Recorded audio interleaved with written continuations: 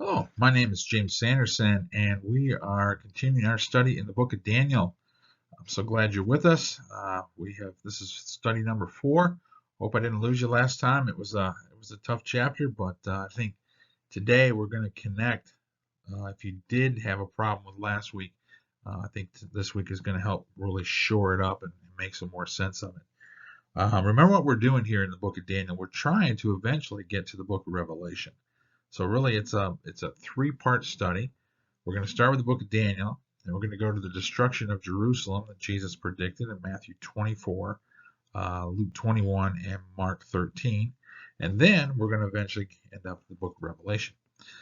Daniel and the destruction of Jerusalem is going to help us understand the book of Revelation better. Just to see how God operates, how He works, how His wording works in the Bible, and it's gonna really help.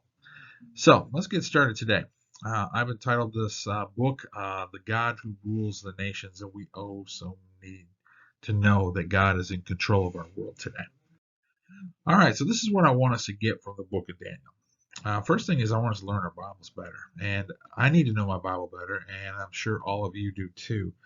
Daniel is going to help us do that. Second of all, it's going to help us understand that God works the same way in the Old Testament as He does in the New Testament. I know I've said this a few times, but sometimes people compartmentalize the Bible and say, well, God worked this way in the Old Testament and He worked this way in the New Testament, and He's different. No, the book of Malachi says that God does not change. He's still the same God. He still has the same patterns to Him, and I think these studies are going to help us to understand that. All right, and next we're going to learn that God cares about the Gentiles in the Old Testament. This was very hard for the Jewish nation to understand, but God was definitely working in Gentiles' lives. He was working in King Nebuchadnezzar's life. He was trying to get his attention. He was working in the Babylonians. He worked in the Egyptians' lives. There's Gentiles in the genealogy of Jesus in Matthew chapter 1. Absolutely, He cares about the Gentiles. And we're going to see that through these books. Next, we're going to know that God is in total control of our world. And that's very important. Now, we want to balance this with that, yes, God is in control, but yet at the same time, man has free will. So we're going to see a balance of that.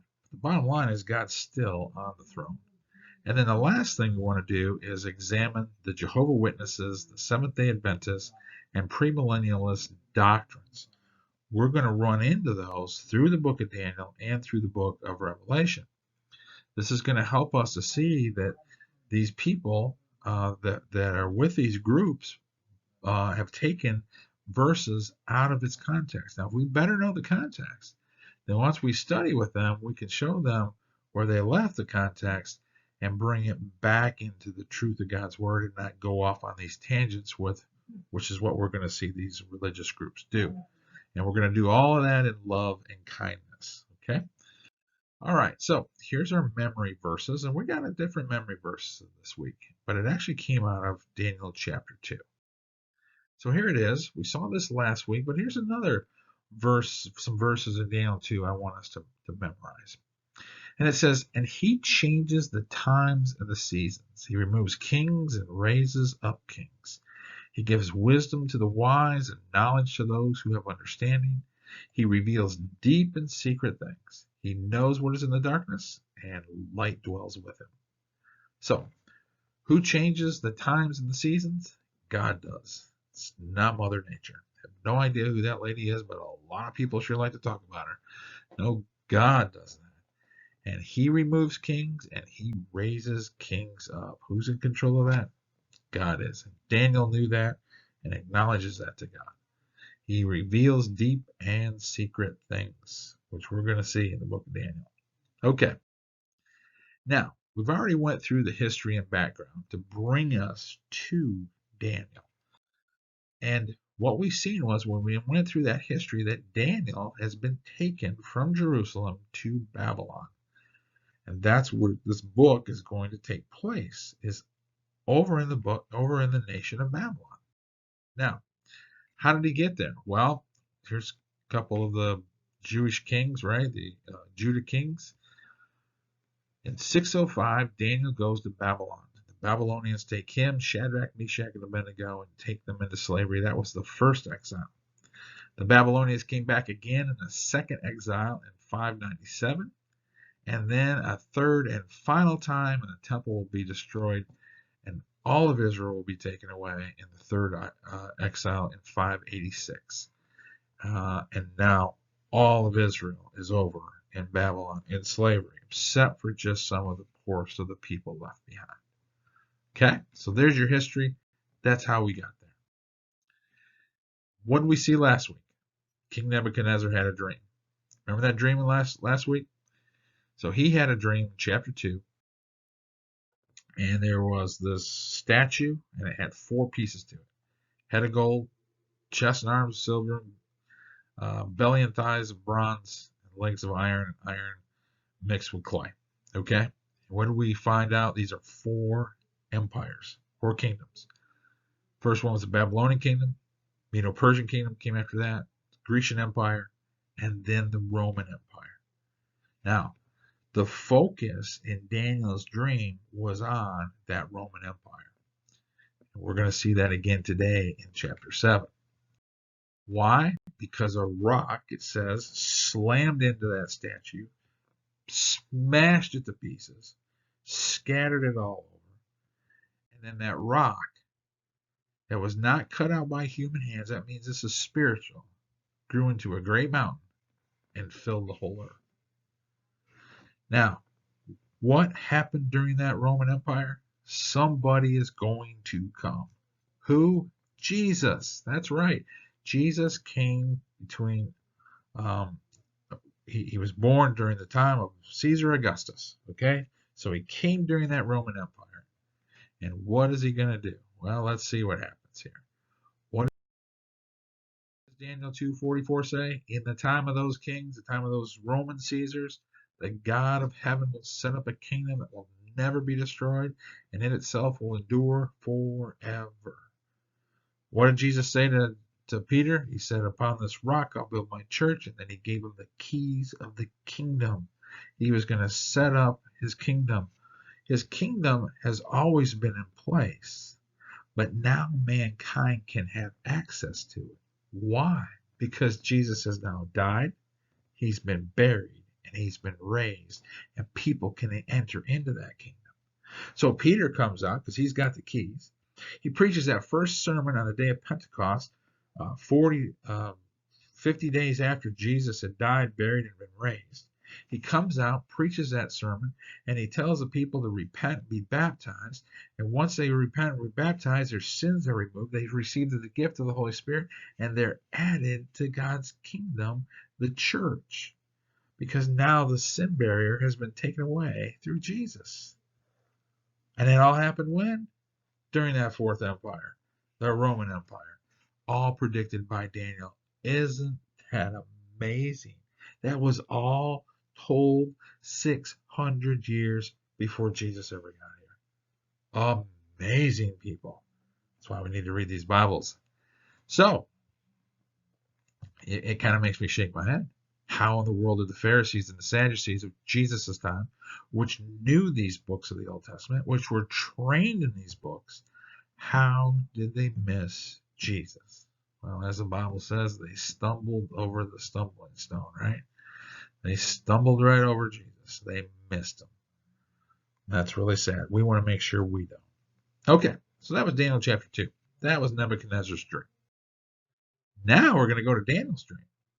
He's going to have a dream, and this dream is going to take place, let me see, that's going to be maybe, we're talking 55, 60 years later is when this dream takes place.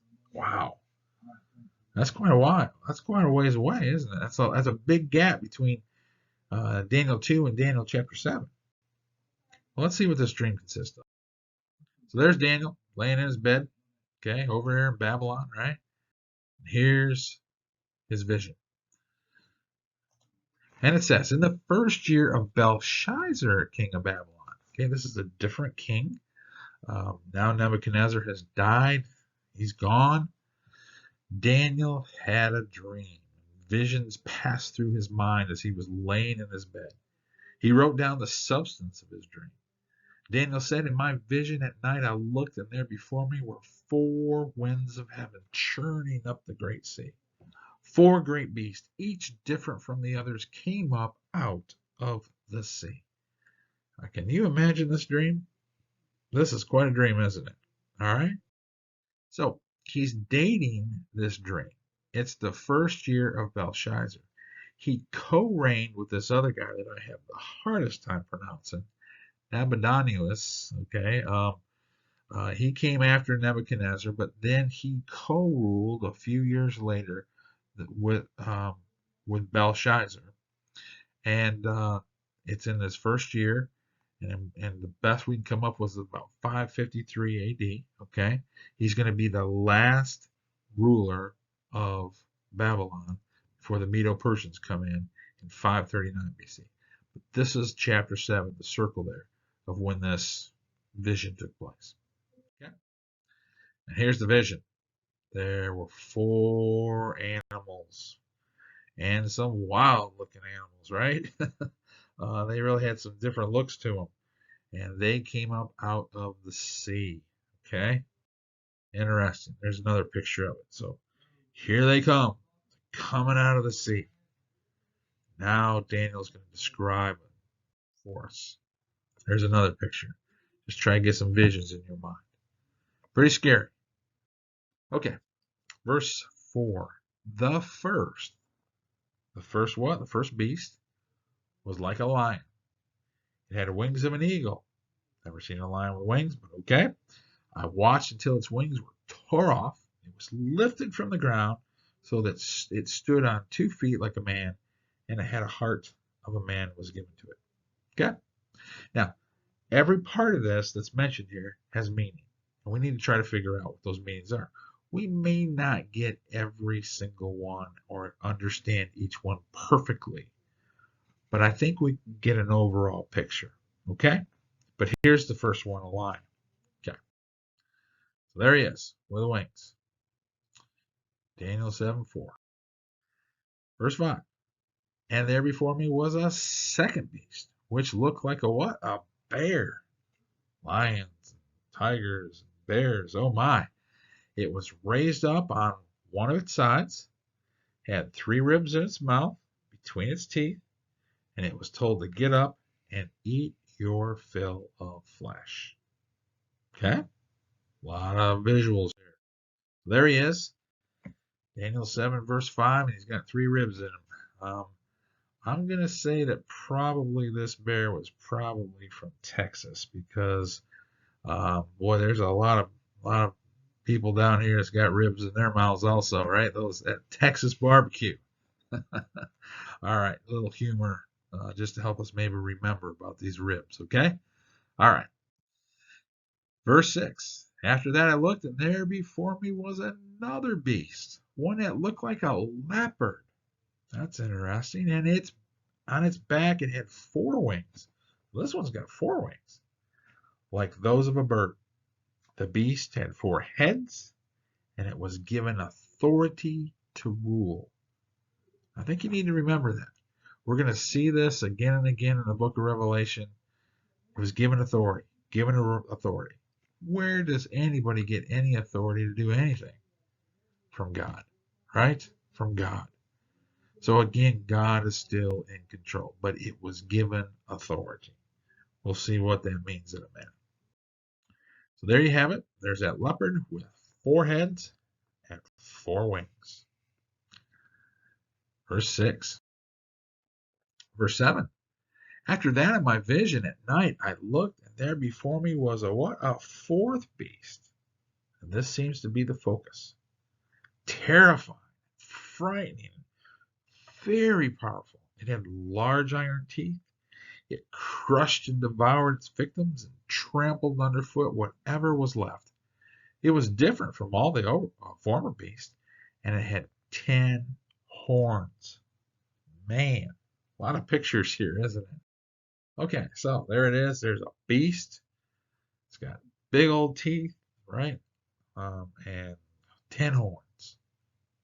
Nice dream, isn't it? Okay? Verse 7. While I was thinking about the horns, there before me was another horn. So here's a focus. There's a focus about the horns, the fourth beast, and the horns.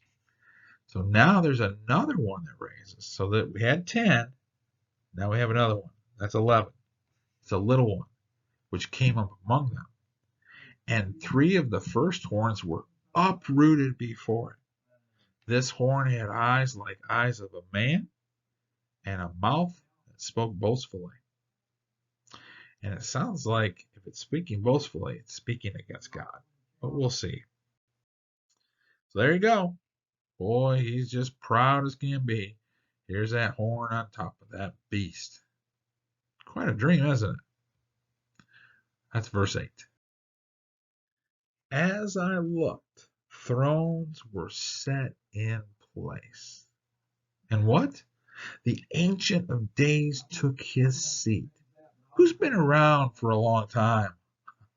The God of heaven, Ancient of Days. His clothing was white as snow, right? His hair and his head were white like wool. That shows wisdom. That shows purity.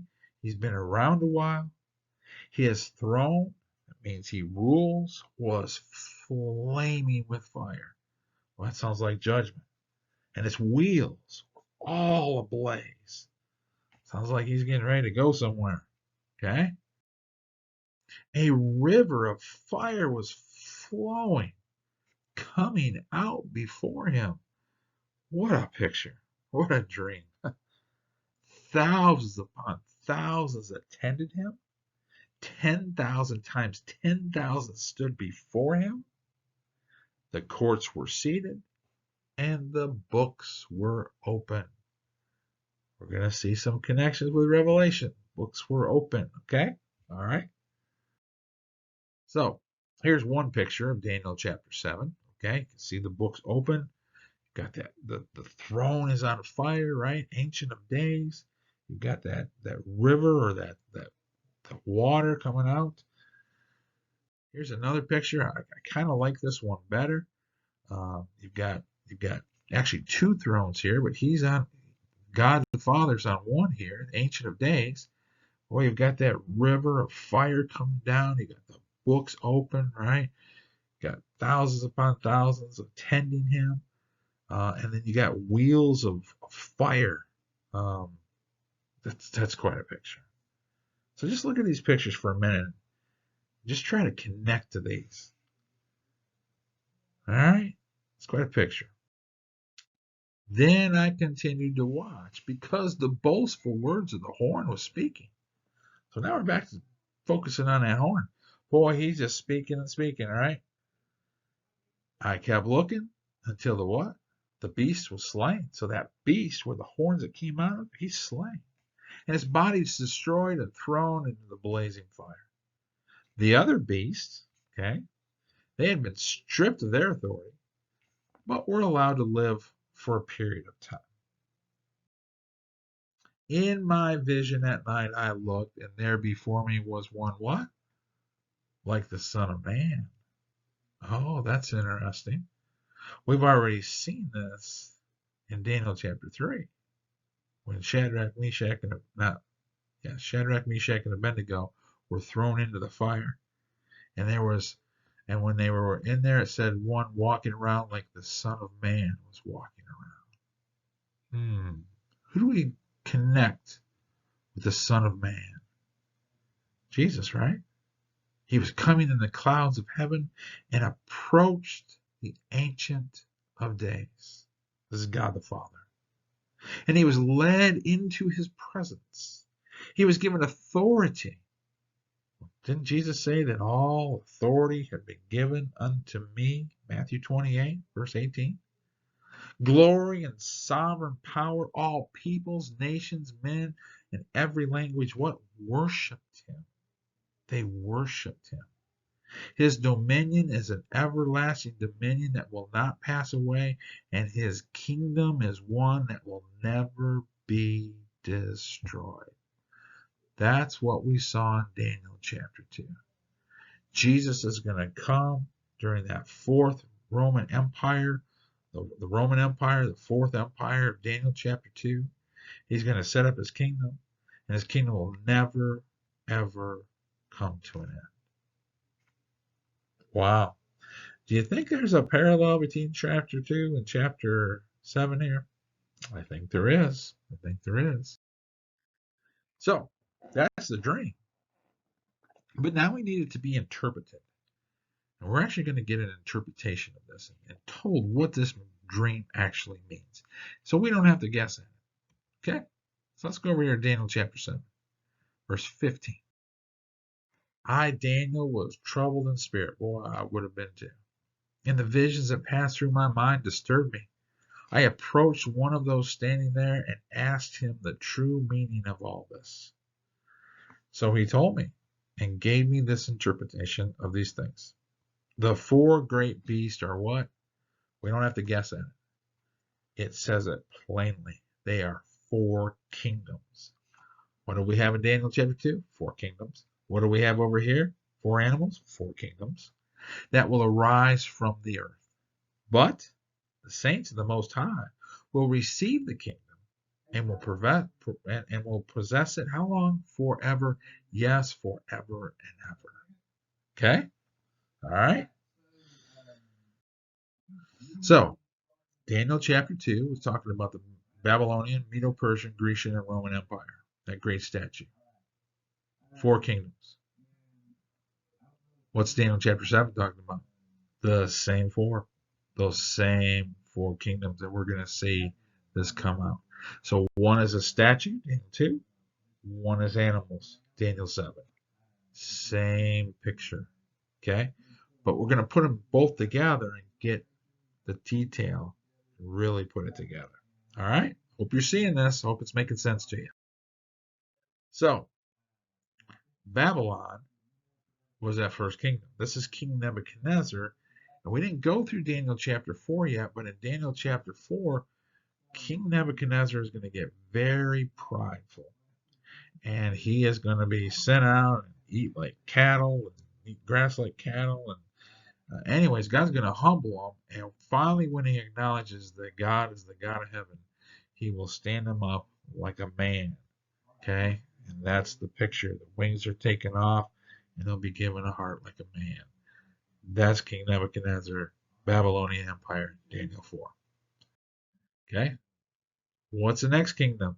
Well, it's that bear from Texas, right? It's that bear. It's got 3 ribs in his mouth. Now, what's this bear? It's raised up on one side. Remember, the next kingdom to come is what? It's the Medo-Persian Empire. We're going to see this again in Daniel 8 and also in Daniel 10. But the Medo-Persians are going to come. But remember, there's a co-reign, okay? Medo-Persians. And it's going to be lifted up on one side. I think that shows that the Persians are going to be more dominant than the Medes, okay? All right. And then what is it doing? It's eating, and that's the Medo-Persian Empire. It just kept eating and devouring more and more people and more lands. Okay. What's the next kingdom to come? Well, it was King Alexander the Great, right? And what is it pictured as? It's pictured as a leopard, and man, he just went as fast as he could move, and just took over so much territory after he took over the Medo-Persian Empire. And then what happens? Well, there's going to be some debate if he was assassinated or if he just died. The bottom line is he died, and his 4 generals took over. There's the 4 heads, and they're going to take over, and they're going to split that kingdom into 4 different parts. 4 wings, 4 heads. And that's the Grecian Empire. Verse 19. Then I wanted to know the true meaning of the 4th beast. Again, here's the focus. So each vision, Nebuchadnezzar's vision in Daniel chapter 2, Daniel's vision in chapter 7, seems to be in that 4th kingdom. It was different from all the others and most terrifying, with its iron teeth, its bronze claws. The beast had crushed and devoured its victims and trampled underfoot whatever was left. I also wanted to know about the 10 horns and its head, and about the other horn that came up before, which 3 were subdued, okay, or removed. So there it is. Man, that beast, big teeth, and 10 horns. Daniel wants to know about this, right? Well, this is the Roman Empire. And these are their kings or Caesars that are going to reign, okay? That's what those horns stand for. So 3 of them fell. But the horn that looked more imposing than the others and that had eyes and a mouth that spoke what? Boastfully. He's going to speak against God. Because this is a Roman Empire. And they're going to have a Caesar that's going to speak very boastfully against God. And as I watched, his horn was waging war against the saints and defeating them until the Ancient of Days came and pronounced judgment in favor of the saints of the Most High. And the time came when they possessed the kingdom. Okay? So there's your story. So what's going to happen? Well, what's going to happen is this other king, his name is going to be Domitian. He is going to come and he's going to speak boastfully against God. How is he going to do that? Well, all the Caesars, when they died under Rome, were made a god as soon as they died. Okay? Here's this guy dead. We're just going to make him a god. This guy, Domitian, he's going to come along. He's going to be different than all the rest. He's going to say, no, I'm not waiting until I die to become a god. I'm going to become a god now, and you are all going to worship me right this minute. Well, that caused a problem because as I watched, the horn was waging war against the saints and defeating them. Because what would a Christian do? They would refuse to do that. Oh, you don't want to worship me? Well, then I will wage war against you, and I will defeat you, and I will kill you. But the bottom line is this. There's always hope, isn't there? Because the Ancient Days is going to come and pronounce judgment in favor of the saints of the Most High. And they're going to possess the kingdom. Okay? So there's your hope. There's that little horn, speaking boastfully. Now here is those Caesars. The very first Caesar of Rome is Caesar Augustus. Some people think that Julius Caesar was the first Caesar. That is not true. Even though he was called a Caesar, or you have Julius Caesar in his name, he was never a Caesar. He was actually on his way to take control of Rome and be emperor, and he was assassinated on the way. So he never became one. So your first Caesar is Augustus. And then Tiberius. This is the time when Jesus is going to be born and be killed. Okay? He's going to live under Tiberius and Augustus. Then you're going to have Caligula and Claudius as the church is growing, and Nero. And then you're going to have these 3 guys. And they're just going to reign for a little while. Galba, Otha, and Vitellius. They're only going to reign for a couple of months. They're just going to get assassinated, assassinated, and assassinated. And it says here that this little horn, this one that we're looking for, he is going to subdue or remove 3 of these kings. Okay? Well, how does that work? Well, let me tell you about this guy's dad. His dad's name is Vespasian. Vespasian had 2 sons, Titus and Domitian. Okay? Vespasian is going to be called back as he is laying siege to Jerusalem because things are going chaotic in Rome. Galba, Otha, and Vitellius, people are getting their heads cut off every couple of minutes, okay? So Vespasian comes back, he gets things more firmed up, and he takes control and rules Rome, okay? Well, then when he dies, his son Titus is going to reign just for a couple of years. And then he's going to die, and here comes his other son. And his other son is going to show up. Now, this son was actually instrumental in removing Galba, Otha, and Vitellius. So his dad comes along and slaps his hand, takes control of the Roman Empire, and his son goes away. But he's going to come back again. And This is the guy that's going to be really bad, Domitian. He's the one that's going to wage war against the saints. Terribly. He's a little horn. Verse 23. So he gave me this explanation. The fourth beast is a what? It's a fourth kingdom that will appear on earth. It will be different from all the other kingdoms and will devour the whole earth, trampling it down and crushing it. The 10 horns are 10 kings who will come from this kingdom. So what are those horns? Kings. Okay? Just saw them, didn't we? After them, another king will arise. You got 10. You had 1. You got 11. Different from the earlier ones. He will subdue 3 kings. Yes, he will.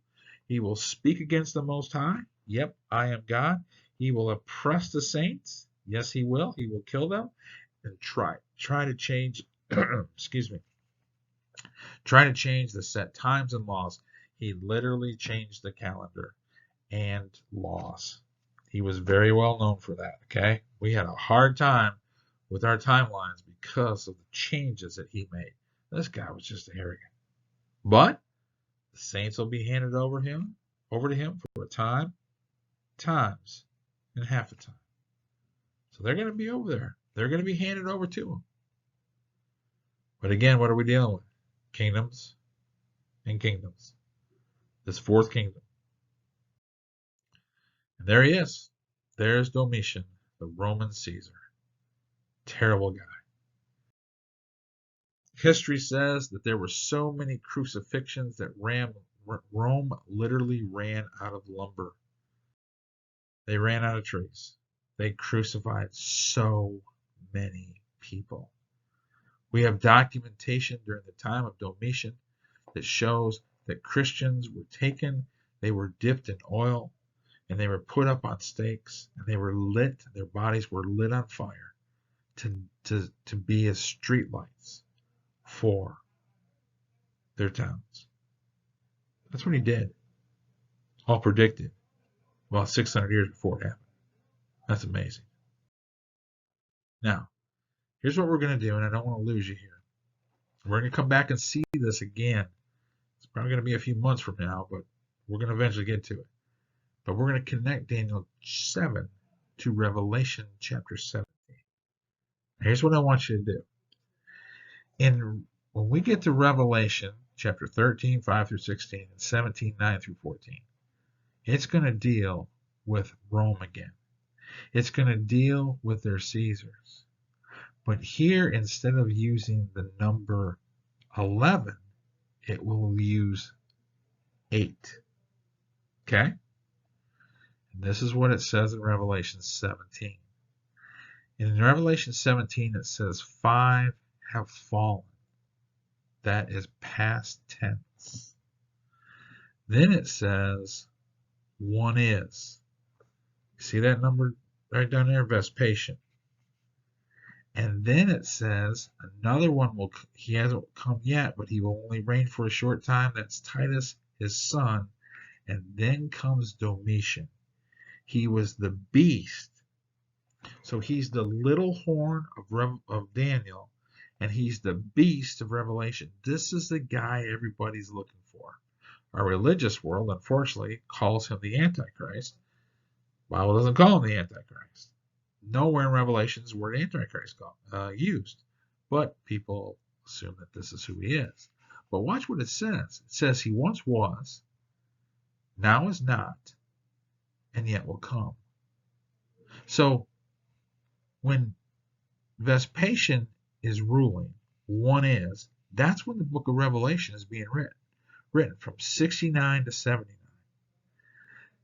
There's going to be another Caesar come. He's not going to come yet. He's only going to reign for a short time. And then the beast who once was, that's Domitian, because he was on the scene. His dad came and slapped his hand, now is not. He's going to come back again, and he's going to rain havoc on Christians. Now, why the difference in numbers? How can we know that the two are talking about the same thing? Well, follow me here, see what you think. Remember, I'm just a person. Galba, Otha, and Vitellius only reigned for a few short months and then were assassinated. Thus, they were not really considered Caesars by the people of Rome and the 7 churches of Asia, which the book of Revelation is going to be written to. And that is why I believe the book of Revelation did not mention them when Daniel did. Okay? Now, also, Domitian is one of the 2 sons of Vespasian. Domitian was behind the scenes causing problems and, according to Roman history helped the fall of Galba, Otha, and Vitellius, thus fulfilling Daniel's prophecy, subduing 3 kings. Domitian forced the people of Rome to worship him. He changed the calendar and persecuted the Christians worse than any one leader of history, which fulfills all the prophecies of Daniel concerning him. That's the connection between Revelation and Daniel. Now, it's going to take us months to get there because we still have some chapters of Daniel to go through. Then we're going to go through the destruction of Jerusalem, and then we're going to get to Revelation. And you will come back and you will see this very same chart again. So if this doesn't make sense to you right now, I just wanted to throw this out to you so you can get this, store it in your mind, so we don't lose our minds when we come back to Revelation. Okay? All right. So don't panic. This is the beast, Domitian. Verse 28, back to Daniel. This is the end of the matter. I, Daniel, was deeply troubled in my thoughts, and my face turned pale, but I kept the matter to myself. That was about the best picture I could come up with. Okay. He is troubled. All right. Well, I hope this study helped. I know this study was deep. There was a lot here, a lot of information, but the bottom line is God is in control. Christians are going to die. Christians could die today. God's still in control. And God will still get us through. It's His world. And if we're in His kingdom, we'll reign forever. We'll be with Him. We will be with Him forever. And we have nothing to worry about. Even if the world goes crazy and all these people are sinful and doing all these terrible things, we have absolutely nothing to worry about. Hope this study helped. I hope this is blessing you. And you guys stay with us until next time. And next time we get together, we're going to go over to Daniel chapter 4. And we're going to look at, well, maybe we'll go to chapter 8. I'll take that back. Let's go over to chapter 8. And we'll go over Daniel chapter 8. And then we'll go over the Jehovah Witness and the Seventh-day Adventists and what they do with some verses in Daniel. All right. Well, God bless you. And we'll see you next time.